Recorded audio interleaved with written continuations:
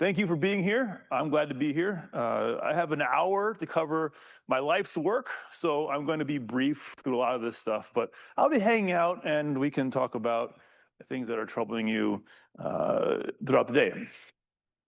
I always like to start off by, check out, does anybody have an I/O problem today? Well, no one's raising their hands, but I guarantee you do. You just don't know it yet, right? We're on these brand new machines. They're super fast. The networks are fast. So everything that was easy to do, the data sets that we're working with are small. But once the computation side gets tiny and tiny, the I/O part, you got to fix that too. And so we'll get through some tools and technologies to deal with that on Aurora. I'm going to talk about I have a lot of stuff focusing on the classic modeling and simulation workflows, the MPI libraries and such. But a lot of these same ideas and observations will still apply in the AI and workflow space. We just have to think about it a little differently. And that's an area where we honestly are catching up. And so if you are an AI person, I don't have any answers for you right now. If that's an area of active research, then we're trying really hard to figure that out. But a lot of the lessons that we know what works well for I/O on these systems in the classical sense, and we're going to apply those lessons to the modern world now. So we're going to start with what we know works, and then we'll go from there. So I'm going to start off talking about MPI-IO because almost everyone is using some kind of MPI programming, or at least has in their studies on these systems. And I'm sorry, check the time so I don't overrun my time slot. Great. And when we do it message passing, it might be weird to think about I/O in a message passing environment, but when we think about writing to a file, it's not so different from sending a message to somebody else. You're describing the data you want to transport somewhere. It's just that the thing you're transporting to is a file system or a storage device, not another process. But and at a high level, these look a lot like the kind of classic I/O routines you might be familiar with. We open a file with MPI file open. We write the data with MPI file write. We close the file. And these, at a high level, can look very similar, but there's also there are a lot of functionality you can pack into these routines for the more complicated scientific I/O workloads that we see. All right, so it's a hands-on workshop. I encourage you to check out the hands-on workshop Git repository if you haven't already. I don't have a lot of code in that repository itself. I've tried to do some submodule stuff out to some other repositories. I didn't quite get that all wired up this morning, but I've got references in this workshop directory talking about is a hands-on repository, a collection of a bunch of examples of how to do simple I/O or even not so simple I/O examples. And then a little more elaborate I/O sleuthing repository talking about how you might examine the performance of a file system, of storage system on any kind of system. Some of this material I'm going to talk about goes back to the Polaris machines. I'm going to try to focus a lot on Aurora since that's a new exciting machine, but I'll have some Polaris material as well, and we'll talk a bit about the differences of those two systems, and we can talk in detail offline as well. All right, so everything, when we do programming, we always start with hello world. For an I/O example, maybe it's a little bit stranger, but we're going to do contiguous memory, contiguous and file. Every process is going to write to the string hello world from my rank out to a file. And they're going to do so in a way that doesn't step on each other's toes. You can imagine if all the processes wrote to the same location in the file, then who knows what happens, right? And that's not what you want. It's wasteful. It's incorrect. So we're going to do some communication and figure out where in the file to write. And so once all the processes know where to write, we can all then send out that data. And it looks a lot like, for the most part, like this. We got a couple important. Let me see if there's the pointer here. There's a couple. Where's open here? Okay, right. File open is collective. That means all the processes call it at the same time. And like collective MPI routines, being collective means the library knows a little more about what's going to happen. There can be some optimizations about how to open that file in a scalable manner, or at the very least, it just tells the library, here are all the processes that are going to be involved in this file operation. And then I mentioned a little button. A little bit of communication here. Xscan is an exclusive scan. We figure out how much data we're going to write. We don't have to be very rigid in how we write out this data on each process. The data can be distributed in lots of different ways, even no data at all. If you had a kind of a particle code where all the particles end up in one region, and these 6 processes had to write a bunch of data, but these other processes had no data to write, they can all still be a collective call, and they need to be a collective call to write that data efficiently. We'll talk more about what happens in collective I/O in a few slides. But in short, open, write, close, and that's what it takes to dump out data in this contiguous in memory, contiguous in file case. Not too bad. Now, not all of our data is contiguous in memory. We might have a scientific data structure of some kind, or we want to read just a column of information out of this array, or we have a mesh or some kind of grid, and we're going to try to write a subset of the data in memory, but we want to store it out in file in some contiguous way. So just like in MPI, when we use MPI data types to describe the kind of information we want to work with, we'll do the same thing here. Let's say we wanted to write out, I keep hitting the wrong button, just the first part of the string and the last part of the string, and we want to just write that subset out to the file. And you can expand this simple example all kinds of ways, but for now, the easiest way to describe this is with the index data type. Now, I am going to get into a little bit of details about MPI data types and file views and all that stuff. And when we see HDF5 and parallel netcdf in a little bit, you can ignore a lot of this stuff. But this is the low-level machinery that helps convey what you want to do down to the file system. So I don't need you to be experts at creating MPI data types. They are honestly quite a bit of a headache to work with. There are libraries that wrap up this stuff. This is the under the covers sort of thing. We're going to get a little more sophisticated throughout the hour here. But an index type is describing I have these many lengths, and it's basically describing a list of offsets and lengths. And it's packed into a bunch of arrays, and then you send that off to the data type creation routine, and that describes what you're trying to do here. And then we pass that data type to our write call, or our collective write call. We have a buffer, a count, and a data type. That tuple shows up all the time in MPI programming. And so, again, everybody knows where they're writing in the file and what they want to write. And so, in the end, we get kind of this subset of data from rank 0, rank 1, and so on throughout the file. All right, we're going pretty fast. Oh, come on, slow down. All right, now here's the wildest one. It's also kind of the most common case. We have structured memory and we have structured data. We're not going to always dump out raw memory to the file. Maybe we have what we call a canonical file for representation.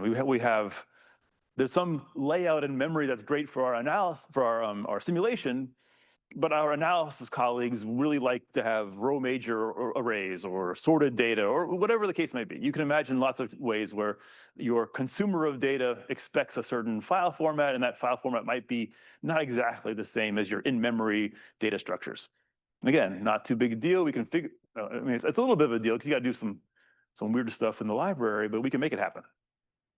And the trick here, in this case, is this thing called a file view. Now, again, this is one of those things where it's kind of a headache of a term, and other libraries hide it from you. But to set a file view means you're going to tell the library, this region of the file is what I'm working with. If we were to redo for a little bit of history, the MPI-IO interface is about 30 years old. If we were to revisit it today, and we're thinking about ways to do it better, we might not worry about file views and instead just make that another argument to the write command. We're going to describe the memory, describe the file, and issue the command. At the time, when folks created the MPI-IO interface, the thought was, we'll set a file view and then reuse that file view over and over again. It'll be a way of caching information and limiting the amount of calls the user has to do.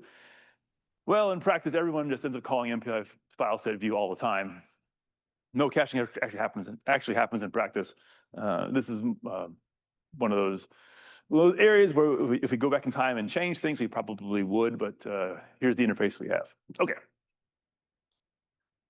What do we got here? Right, so we're going to describe, every process is going to describe their string, and they're going to write out the first character of the string, the H, from all 16 or 32, however many processes. And then we're going to write the E's, and then the L's and the O's. And so in this two-process cartoon, all the H's show up, and then the E's and the L's and the O's. And we have a very interleaved file access.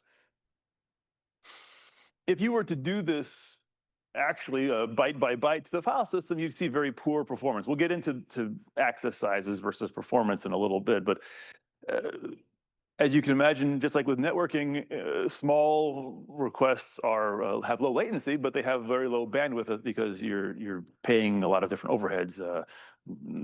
The networks tend to perform from a bandwidth standpoint better with larger request sizes. That's all right. This is you describing what you want to do, and the library will take care of optimizing that. And we'll talk about those optimizations in a few slides. Because we are doing this collective call, we can do a lot of things differently. But the important part is here we have described what we want to do. All right. So we have three cases: contiguous in memory, contiguous in file, and various permutations of the non-contiguous in memory and non-contiguous in file. If you're feeling excited and you've got your code ready to go, you could run this on Aurora. There is an ALCF training allocation, there's an ALCF training queue, and there is an ALCF training DAOS pool of data. Kaushik will talk about DAOS in very great detail after me, and we can talk about what DAOS is doing, providing. The short story is DAOS is a new kind of storage system. It's not really a file system, although it has file system properties. It's really an object store, but not an object store like Amazon S3 object stores. It's an object store designed for scientific computing, high performance computing. So it's kind of its own thing, but it borrows from a lot of technologies and provides a lot of different interfaces. What's great about MPI-IO, HDF5, these libraries are doing the DAOS bits and pieces under the hood for you. So you might benefit from knowing you're writing to DAOS. You can maybe you change your strategy a little bit about how you do I/O or how you might tune these libraries. But for the most part, if I'm writing to DAOS, writing to Lustre, writing to my local file system, the MPI-IO interface is the same for all those cases. There's a little bit of tuning you can do, and a little bit of, sometimes the file system peeks through, but by and large, these libraries are a great way of abstracting the weird details. I can go spend time learning about how to make MPI-IO write to DAOS fast. You can just use MPI-IO. And I encourage you to use it right now. There's a problem here. Anyway, if you look in the workshop, this one, I think I managed to push up. Oh, maybe I didn't. Well, we'll give it a shot and we'll figure out the problems offline. There's a little script here, hello Aurora, which is going to run these three examples: the contiguous in memory, the simple case, and the different contiguous in memory, or non-contiguous in memory, non-contiguous in file cases. And you can submit this to the training queue, and it should take a minute or two to run, and then boom, you'll get, you can see what happens. And in case you didn't participate, that's fine. We'll do this cooking show style. Presto, here's what happens. All of these processes will write to this nomenclature is the DAOS pool. Pool is a collection of DAOS servers sent to your project. This is the container. Container is kind of like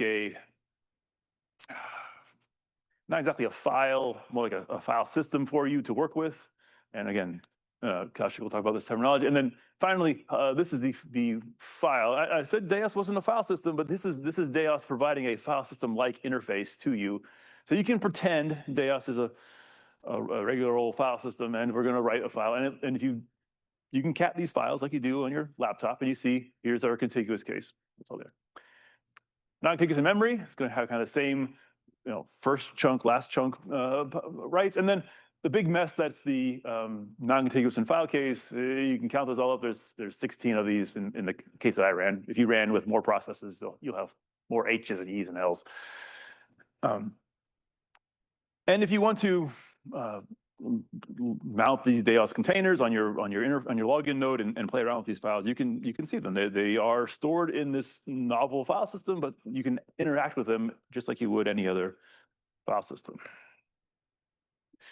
Again, I don't want to steal Kaushik's thunder here, but I just want to talk a little bit about what's happening in the Deos level here.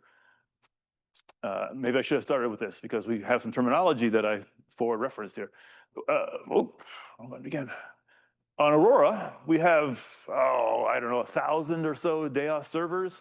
They aren't always available to us. They're partitioned in different ways in what we call pools.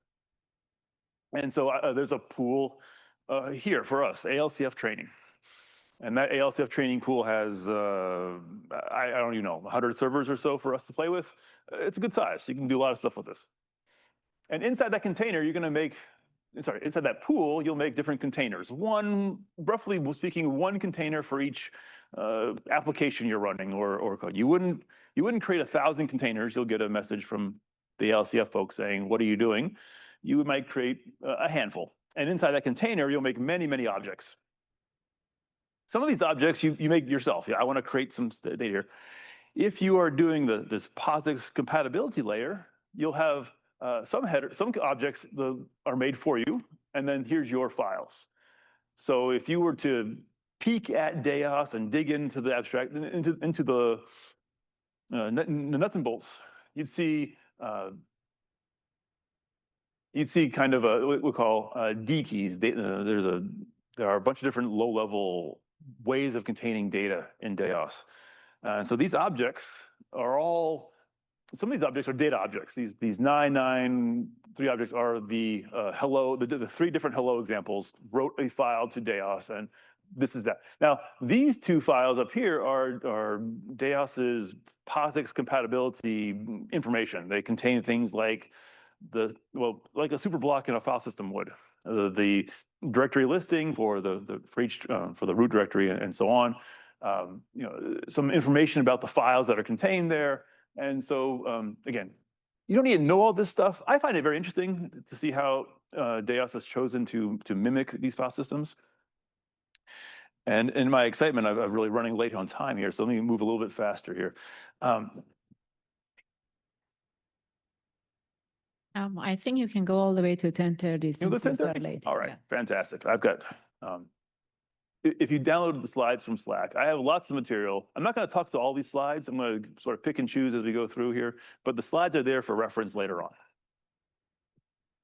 So in summary, if you're looking at writing an MPI-IO program, and again, lots of libraries can do this for you, but if you're going to get your hands dirty on MPI-IO itself, these little examples have things like the info tuning object. We'll talk a little bit about that in a few slides. The tuning object is a way of steering the library to make certain optimization choices or buffers inside or tell the library a little bit about what's going on at your application. And there's some interfaces that we haven't talked about. The shared file pointer interface is not well optimized and not used very often, but so if you think you might need a shared file pointer, let's talk about other ways to do that. And then the difference between collective and independent I/O. I'll show some material on that in a few slides as well, because this is sort of the key optimization for MPI-IO. The idea that if you have all these processes working in concert, working collectively, just like MPI broadcast or MPI all gather are well optimized under the hood, there are optimizations in the MPI-IO library that we can make those operations go fast. And then, of course, I would encourage you to mimic the kind of error checking I did in these codes, because I can't tell you how many times I've wondered why my write didn't work when I didn't check the error for open, and it turned out I gave a bad file name. These interfaces are all in C. There are higher level interfaces to work with this libraries. Python has excuse me. There are MPI for Pi, for example, has a pretty good MPI-IO interface. And in those cases, the error checking is a little bit easier, more natural. C, as you probably know, is going to require you to do it yourself. And sometimes, despite how tempting it is, don't skip it, do the error checking. All right. Now, you're here, you want to do your scientific code, but I, as a storage researcher and IO library guy, don't know anything about science. And so sometimes we need to find synthetic benchmarks to bridge the gap there. If you give me your cosmology code, I will spend some time figuring out how to use it, but that's going to be time it'll be taking me a while, and then it'll also take a lot of emails to figure out what's going on. We could also just use this benchmark called IOR. And IOR has been around for a long time. It's been kind of the community's established benchmark for determining performance of anything IO related. And so you may not have a workload that looks like MPI-IO exactly, but if you were to do some simple IOR benchmarking, you would understand a bit of the characteristics of the storage system, and then you could learn that, you could apply that to your own code. So let me talk a little bit about the challenge of benchmarking on shared systems. When this this little cartoon graph is not actual data I've gotten anywhere, it's just sort of a schematic to show you how we feel about benchmarking systems. And contention with IO and storage is kind of a challenge, because when you ask for a slice of Aurora compute nodes, those are your compute nodes. Nobody else is running on them. There's no one else fighting for memory bandwidth. You get those GPUs and those compute nodes. But when you write to a file system on Aurora, you are writing to a file system that is shared by the whole machine. And on Oak Ridge, it's shared by the whole facility. They share their file systems quite widely. And so you have lots of contention, which means sometimes when you do an IO operation, you may see quite a bunch of variation in what happens. And so it would be great if we could do all of our IO benchmarking before the machine was turned on. Right? When Aurora was being built, they were working really hard on getting it running, and so we couldn't run benchmarks on it, but very low contention, yay. And as more people get access to the machine, there's more contention. And now people are using Aurora, and our benchmark values are going to be a little bit harder to understand. Not impossible, but will require a few more iterations, a little more understanding of the total system that's going on. And then in a few years, sadly, Aurora will be boring. There'll be a new Aurora. There'll be no contention at all, and we can do all the benchmarking we want, but no one's going to care because the machine is now old news. So we spend all of our time mostly in this part of the curve, because that's when the machine is both most interesting and most knowledge we can learn from it. But it also means we spend most of our time trying to do things like, when we run our IO benchmarks, we have to run it a few times, tens of times, to make sure we understand the variability that's going to happen in these shared systems. All right, now I did say I was going to talk about mostly Deos, mostly Aurora, but I do have some material from the Polaris days. If you are, and we do have Lustre on Aurora, and the very most important lesson for writing to Aurora is, when writing to Lustre systems, is to change the stripe size from the default of 1, which is this very poor performance over here, to something a little more parallel, right? If you're doing parallel I/O, you need to have a parallel striping. And unfortunately, the default for Lustre is typically a small number of servers. And so, as you can see, what commonly happens is you run your benchmark, you run your checkpoint or whatever, and you're, well, my performance is 1/10 of what I expected. Well, okay, let's add some more parallelism to that, and we can get a pretty good jump in performance there. Let's move a little bit. I'll talk a little bit about. Here's the other fun thing I want to talk about. This one is data from just this week. I mentioned briefly how small I/O and large I/O could perform differently. Well, here's an example of just that. I used IOR and I changed the number of the size of the I/O operation and to see what would happen. So in this case, we're writing a few, every process. There's a what 2,000 processes or so writing to the file. Writing out a 16 gigabyte per process, 16 megabytes per process. And if we do it in a few operations, we get this kind of high performance region over here. And if we do that right in many small operations, we get a very poor performing region over here. Now, again, I don't need you. I would like to encourage everybody to perform, describe their I/O in whatever makes sense for their application. But the I/O library will try to shift or transform the I/O from this bad region up to some better region here. Now, maybe looking at this and you're wondering, what are these sawtooth patterns? This high and low, high and low. That's me trying out power of 2 values. Whatever 2 to the 20th works out to be versus 10 million or 1 million. 10 to the 10 to the 6th. As humans, right? We like nice round numbers, a million, billion, but computers, there's lots of things in the computer that are byte aligned or page aligned or somehow power of 2 aligned. And so you can see a bit of a zigzag here. This might be something like 10 to the,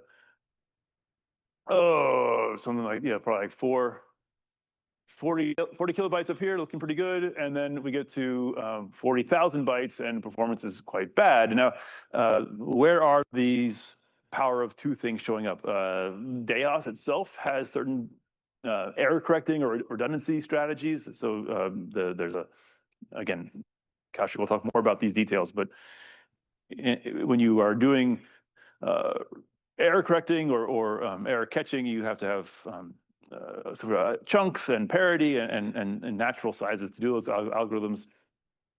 The backend storage that DAOS is hosted on also is a RAID device of some kind. So there's probably some sort of natural size that is good for reading and writing in RAID aligned chunks. The network itself, there's probably some alignment things in the network too. But I do know the network effects explain a lot of this low versus high. The Slingshot network on Aurora will give you higher bandwidth if you can do some larger, 50,000 or 100,000 or so bytes at a time. Okay, so again, this is one of those areas that I find fascinating, but you as an application person may not. It's kind of off in the weeds, but the library will fix that somehow because there are a couple different operations. There's a read, modify, write optimization that the library does called data sieving, where just like your array device or something like that, you will read all the data you will first read the data you're going to modify, make some updates into a memory region, and then write this modified version out. Now, it turns out this is actually a challenging optimization because to do this write into a shared region, you have to coordinate and lock the region. And so there's actually a few cases where there are many cases where this isn't the best optimization. I'll talk about a better optimization in a second here. Let me skip that here. Yeah. I also want to talk about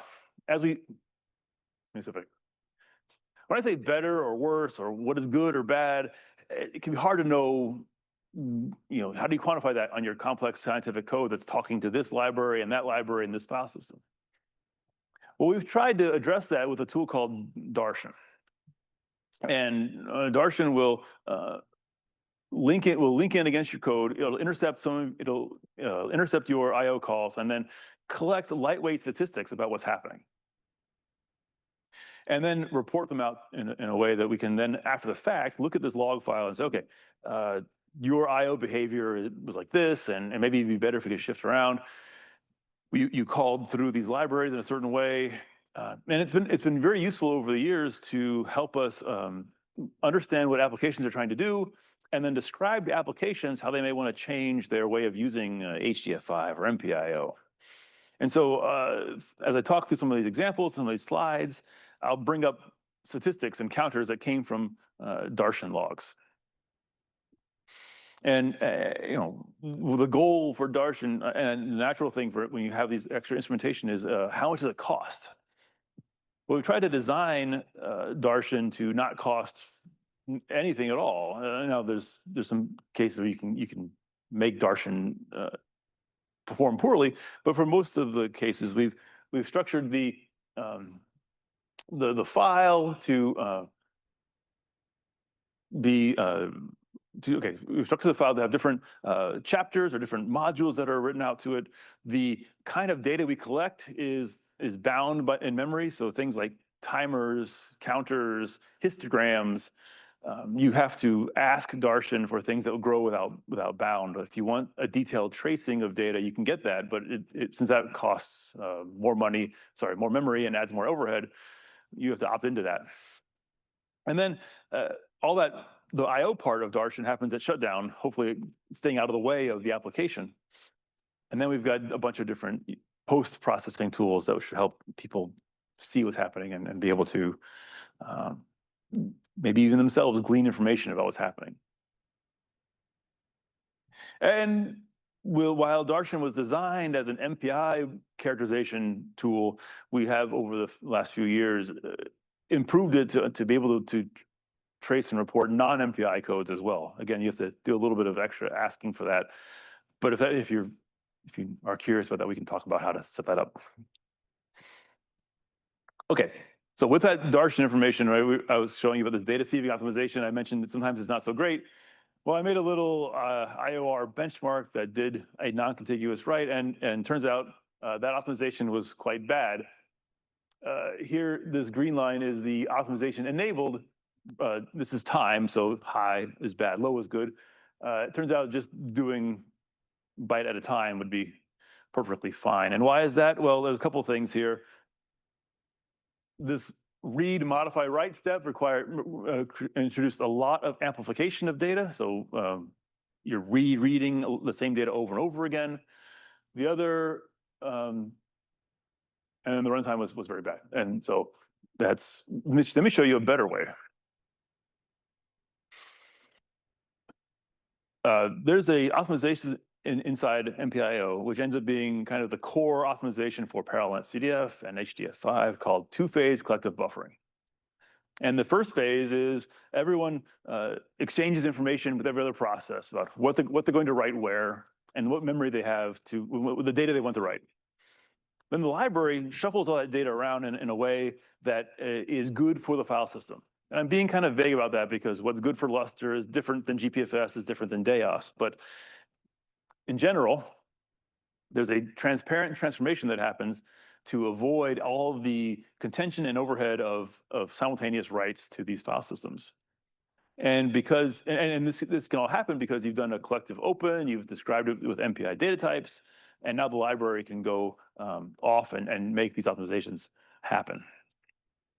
Okay, so real briefly, there are some file system details that you have to think about when you're doing concurrent writes. In short, there's usually a block boundary or a lock boundary that we want to make sure we avoid. On a file system like GPFS, if you remember that one from the Mira days, big blocks, 16 megabyte blocks or so is great. And if you can shift your lock domain, your data domains a little bit to avoid that lock contention, GPFS performance is great. Lustre is a little different. You have to do this kind of group cyclic distribution. So each client talks to one server or one set of servers. It's complicated enough. I don't want to talk about the details, but again, this is something that we've wrapped up inside the MPI-IO library for you. And if you use collective I/O, you can drive the runtime down to barely noticeable. No matter how non-contiguous the data is, we get pretty good performance, even on the worst, most pathological non-contiguous cases. And I had to resize the y-axis here to show that it's a few seconds. There's no wasted data. A request to write about 9 gigabytes became a 9 gigabyte transfer. and the performance here is pretty good. Now, if your workload is not temporally balanced, you have some processes doing writes over here, and then they wait for other processes, wait a few minutes and do some writes. This optimization isn't great. So here's an area where we need to think about how to extend these tried and true ideas out to something more general for the kind of AI type workloads we're seeing. All right. So again, here's Darshan shows up in all of my talks in all kinds of places because I really like what it shows us. In these heat maps, I could probably spend a long time talking about heat maps, but they are pretty dense. But here's the gist of it: the more red the color is, the more intensive the I/O is. These hash marks on the side are showing which processes are involved, and these hash marks on the top show the volume of I/O that was happening at that time. So if you don't do any optimizations at all, this middle case, you make some MPI-IO. Every process is saying, I want to write some data out to this file. And every process is sending data out. And down at the POSIX level, there's a little bit of, the intensity is a little bit less because you're jamming a lot of data through the file system. There's the overall bandwidth is going to be a little slower. If we turn on collective buffering, we get a couple of things happening here. You see some gaps in here. That is what we call I/O aggregation. There are proxy processes selected that do I/O on behalf of other processes, and that results in a more friendly workload to the file system. Instead of seeing tens of thousands of clients dumping out data, it's only going to be a few processes per node, 8 or 16 on Aurora. And that results in better performance because those I/O proxies, those aggregators, are getting larger requests, more well-formed, and better suited to what the file system would like. Now, Deos adds a new optimization, a new old optimization called scatter gather or list I/O. And if you do that, now we've got. Okay, so remember, this blue line was the good collective case. Now, at this zoomed-in case, we're talking seconds here for this large I/O workload. But there's still some and so we zoom in here. So as you get more and more non-contiguous, you're going to have some more data exchange and more information happening. And so there's a little bit of an overhead. The longer these lists, these descriptions get. But in Deos, we can just pass those lists off to the file system and do that directly to the file system. And that ends up being a really good case here. So where we're currently looking at this is, okay, we've got this list description of data. We have an efficient way of describing non-contiguous data. Now, what we need to do is couple that with the aggregation and collection of data that happens in two-phase collective buffering, and then maybe we get the best of both worlds. That's still an ongoing research area. All right. So I've talked about MPI-IO for about 40 minutes now. There's a bunch of tuning stuff we can do. This is something maybe more for reference. Let's get through this pretty fast. Because what I would like to spend a little more time talking about is the data model libraries that take all these details and all these optimizations and then make them friendlier for applications to use. Pardon me, I'll get some water. And so when we write to we're doing these I/O operations, we are not thinking about, scientists aren't thinking about bytes and offsets. They're thinking about writing out scientific structures. And so these libraries help bridge the gap here. Excuse me. All right. Now, is anybody here a climate or weather person? It's a safe space. You can admit that. Great. You are probably familiar with NetCDF and because in that space, everything, all the data, the lingua franca of that space is NetCDF formatted data files. And so I'll spend a few minutes talking about this. I mean, I did pitch this as an HDF5 talk, but I like to introduce parallel NetCDF because there are some trade-offs in the two libraries, the way we built them. So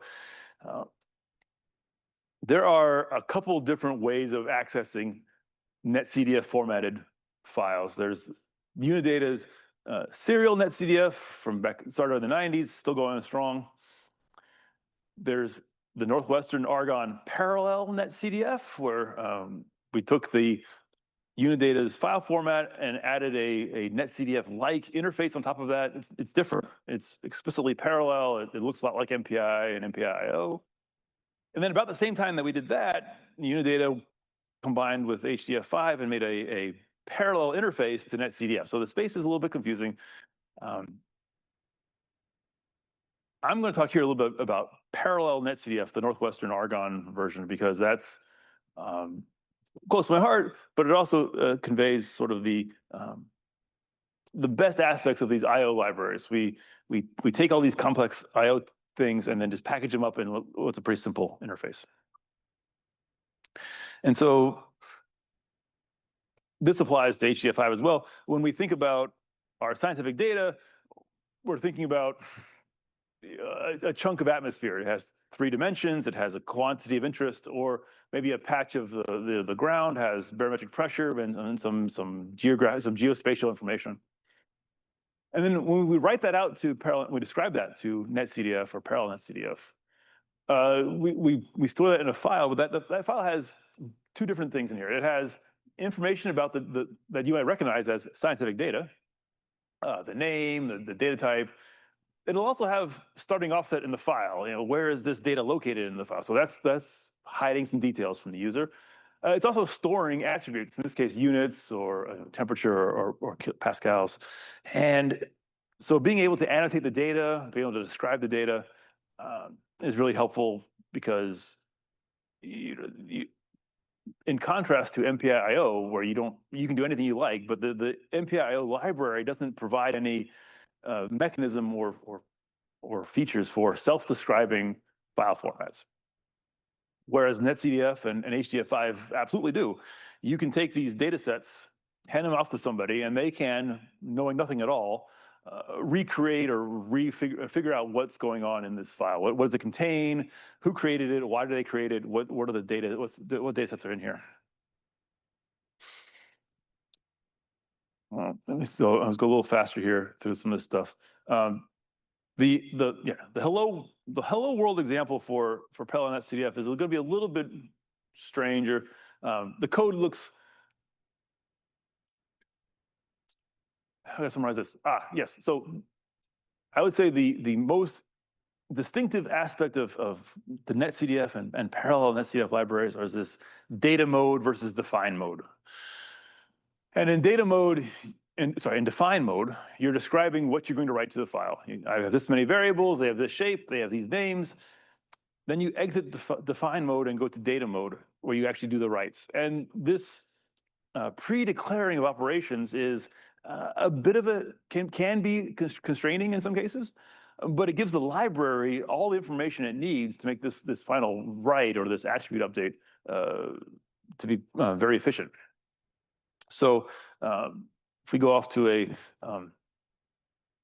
or do I have an example here? I thought I had some code examples. Oh, okay. All right, let's give this. So if we go off here and we do the hello world version of these codes, we're going to, in define mode, describe some variables and some annotations, and then we'll write them out. And when we write them out, we're not going to be using file views or data types. We're going to describe them in terms of columns of two-dimensional, multi-dimensional arrays of some kind of typed data. And if we were to get a little more complicated, we might talk about writing out these two-dimensional arrays. I'm gonna have to move through here a little more quickly, and I'll just save this for reference because I want to talk about HDF5's differences later on. But here, let's get this again.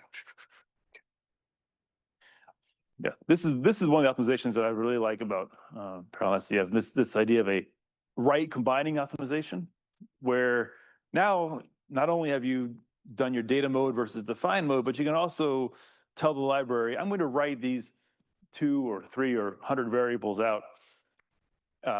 You don't write right now. Just I want you to do this right eventually, and then just like MPI, you post a bunch of sends, and then you wait for completion.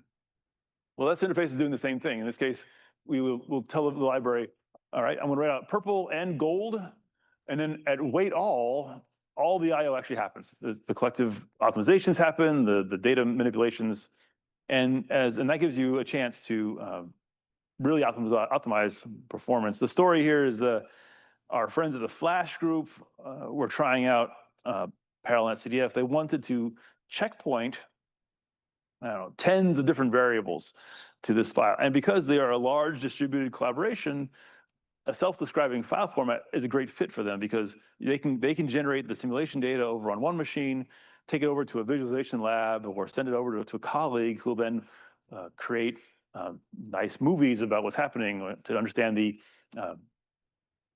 detonation of supernovas, for example. And because they have these collaborations and these collaborators, they can't just change the file format arbitrarily. They do change the file format, but it'd be great if they could make updates if they could get optimizations without updating the file format. And so we use this write combining optimization because one way you could combine all these writes, all these 27 or 30 variables, would be to create an extra dimension, right? And then that new dimension is like a variable identifier, and then you package all this up and then write it out. But this many variables in one variable approach would require changing the file format, and your ecosystem has to adapt. So instead of changing the file format, we changed the way we did it, not with this write combining optimization. And we're able to double performance by stitching them all together. Now, this optimization benefits in two different ways. You're giving more information to the library, but you're also spending fewer function calls, fewer steps, synchronizing and coordinating among processes. And we're gradually seeing this optimization picked up in HDF5 as well. All right, so let me skip through some of these hands-on stuff here, and I'll spend the next 20 minutes or so talking about HDF5.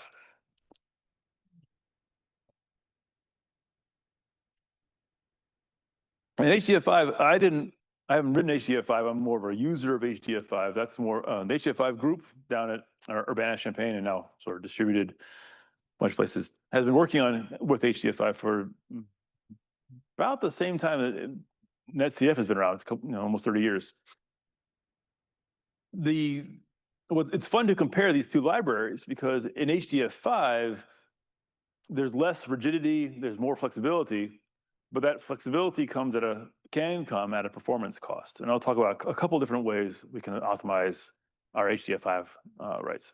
Again, just like parallel NetCDF or NetCDF or other libraries, you would use HDF5 if you want a self-describing portable file format.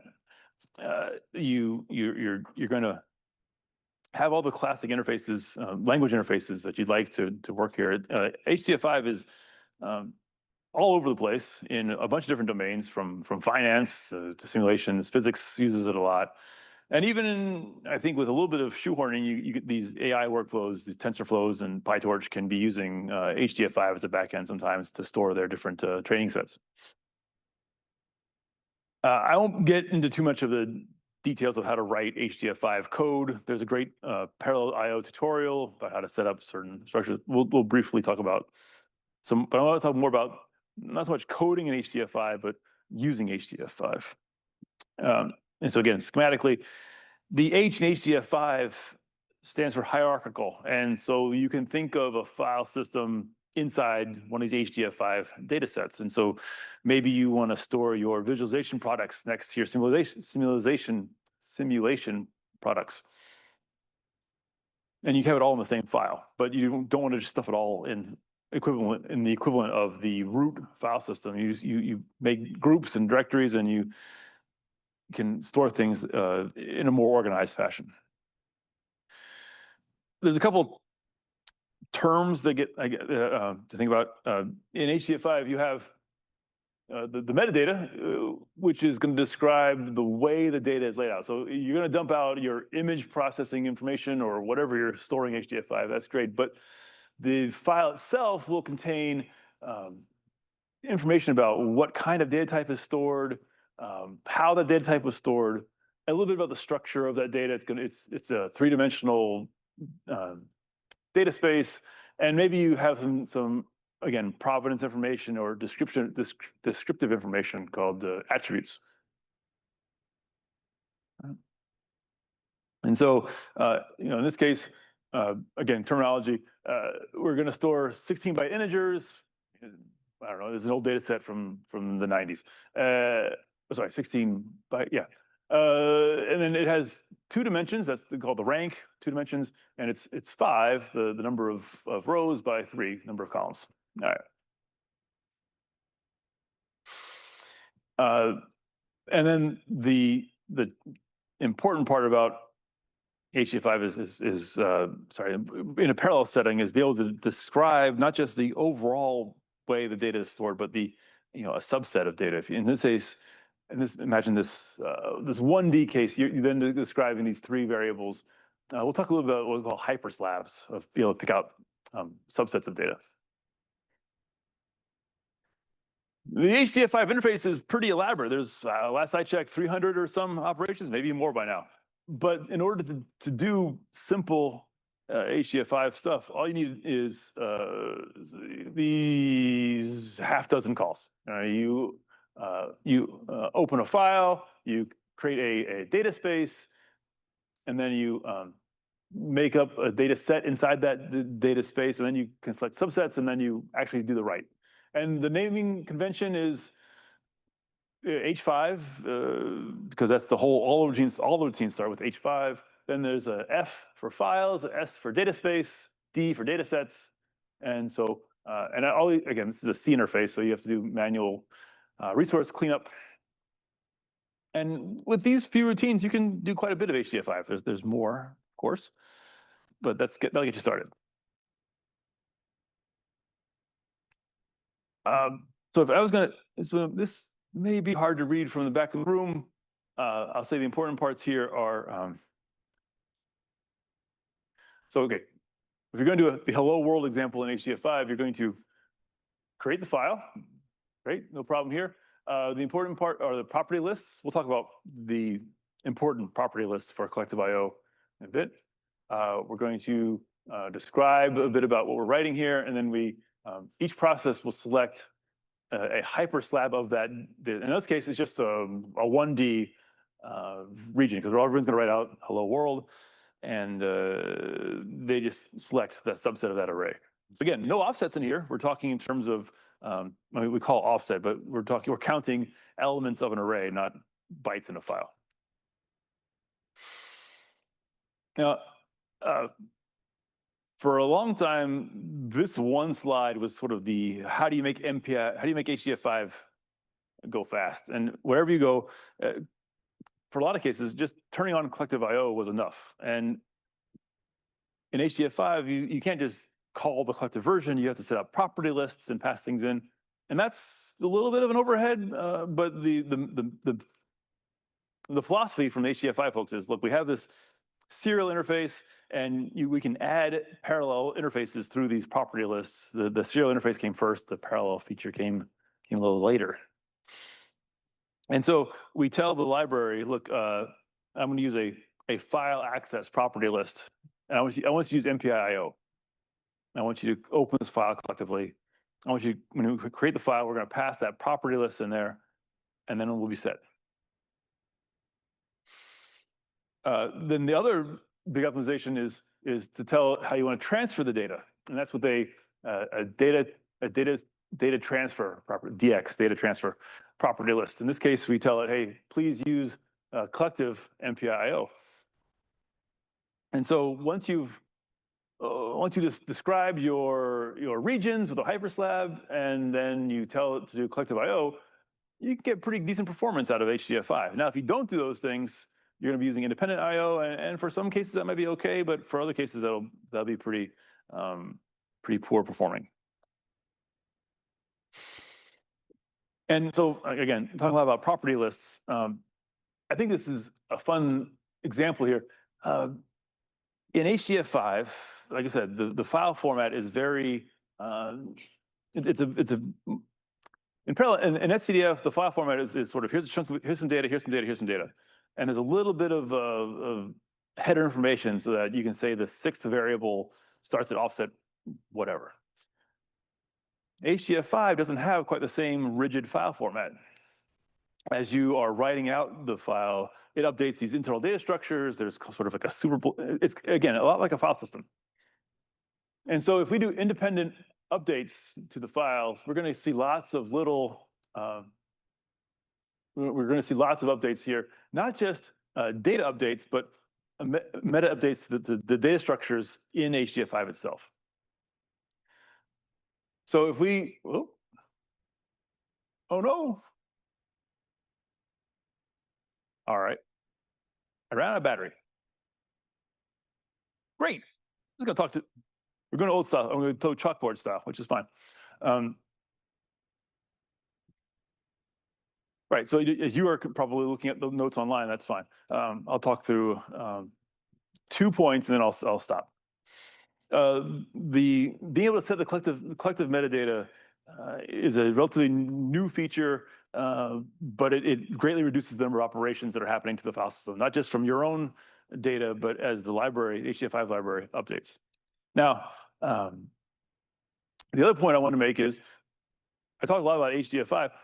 I didn't talk about DAOS very much, and that's because HDF5 is using MPI-IO. MPI-IO is in itself writing to DAOS, but doing so in a way that is transparent to the user. So yeah, there's a little bit of tuning we can do here, but I don't know. Slide 50, maybe? Just guessing.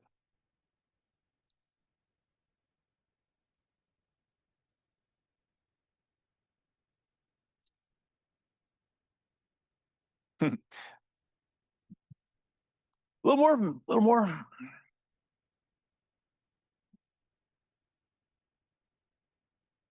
Those, go like 10 more slides. Keep going, keep going.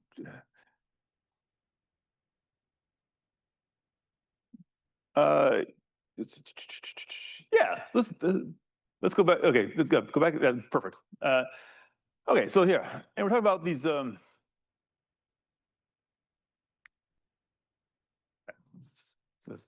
So again, I didn't talk much about DAOS because HDF5 is writing through MPI-IO, and that in turn does all of the DAOS manipulations.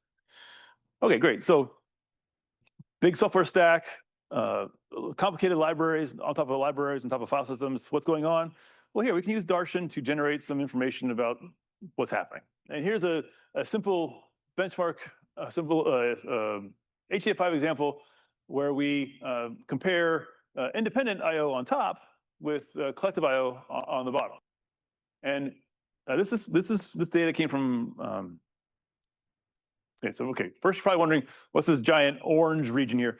This data came from Polaris last year. There was a weird thing in the MPI-IO library that made things take a while the first time you did a collective I/O call.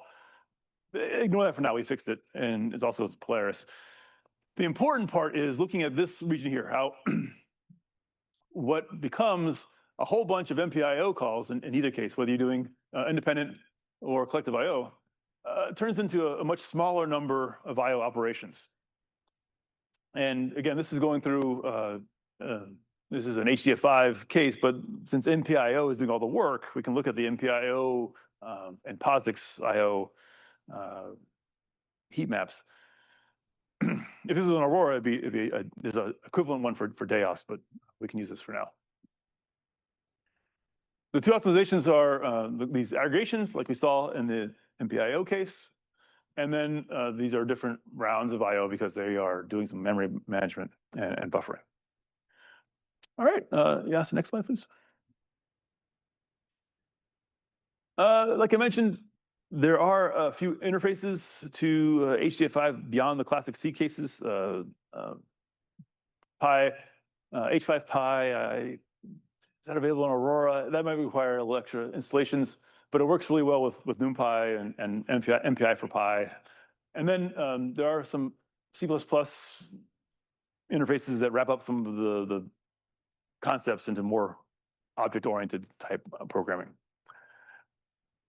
Okay, go on to the next one, please. Skip. So I think I was going to close off on this section. We'll turn over to Kaushik. There are lots of different I/O libraries for talking to the low-level file systems. And HDF5 and Parallel SDF are available on Aurora. You go ahead and use them. But you may find cases where your application isn't quite suited to those libraries. I think my favorite example here is H5 part, which took the 300 some API routines of HDF5 and just gave the particle acceleration code the 7 things it needed to do. And it doesn't have any optimizations. The optimization is in the simplicity of the interface. But there are other libraries like what's a good example here? How about our climate friends did a MPI-IO library. They have a couple different versions of this type of library where they have one interface for their code, and then that interface in turn could call to HDF5 or NetCDF or raw binary, and they can try out different things and see what works on different platforms. But in the end, their code can stick to one application-oriented, one interface that's really tailored closely to what the application wants to do. And so we don't have a machine learning I/O library here yet. I think that's something that would be really beneficial, but we still have to do a lot of figuring out of how to take what machine learning and AI codes want to do and package it up into a library.